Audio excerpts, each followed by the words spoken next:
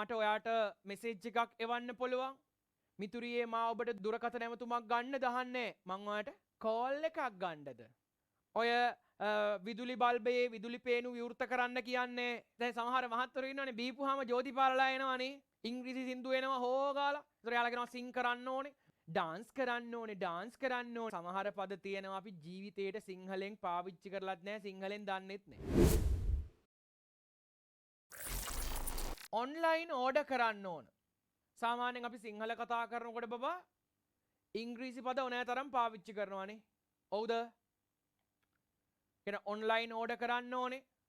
මට ඔයාට මෙසේජ් එකක් එවන්න පුළුවන්. හරි. ඒ මෙසේජ් එක සෙන්ඩ් වෙලා නැහැ. නේ? එහෙම කියනවනේ. මෙසේජ් එක සෙන්ඩ් වෙලා නැහැ. හරි. මට chat කරන්න බැරි වුණා. මං ඔයාට දුරකථන ඇමතුමක් ගන්නම් කියන්නේ. මිතුරියේ මා ඔබට දුරකථන ඇමතුමක් ගන්න දහන්නේ. මං ඔයාට කෝල් එකක් ගන්නද? නේද? ඔව්ද? ඔය විදුලි බල්බයේ විදුලි පේනු විවෘත කරන්න කියන්නේ. නේද? මොකද්ද කියන්නේ? ස්විච් ඔන් කරන්න. නේ? ලයිට් එක දාන්නකෝ. නැත්නම් ඕෆ් කරන්න එපා. විදුලි පේනු විවර කරන්න එපා. විදුලි පේනු වහන්න එපා. එහෙම කියන්නේ. ඕෆ් කරන්නකෝ. ඔන් කරන්නකෝ කියනවනේ.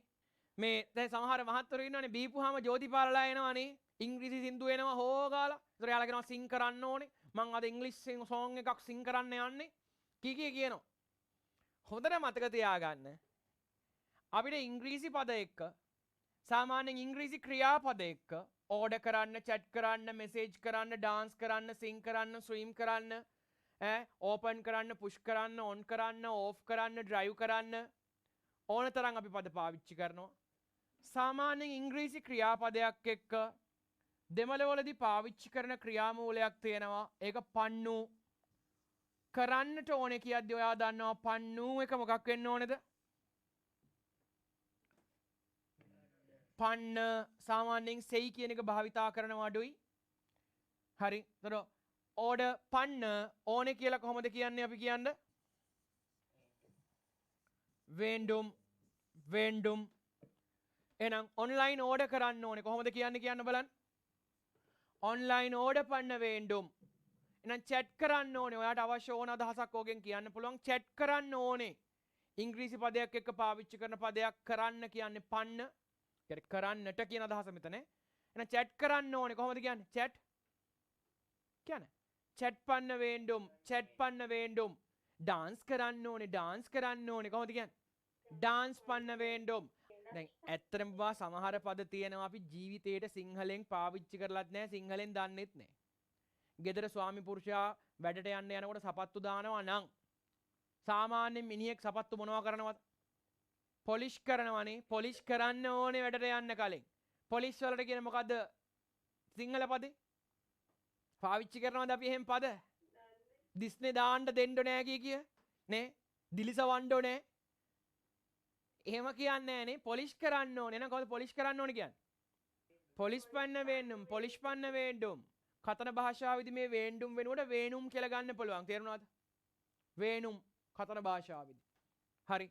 දැන් ඔය වගේ වට ඕන එකක්. එහෙනම් ඔන් කරන්න ඕනේ කොහොමද කියන්නේ? ඔන් පන්න வேண்டும். ඔන් පන්න வேண்டும். හරි. ඡන්දෙ දෙන්න ඕනේ.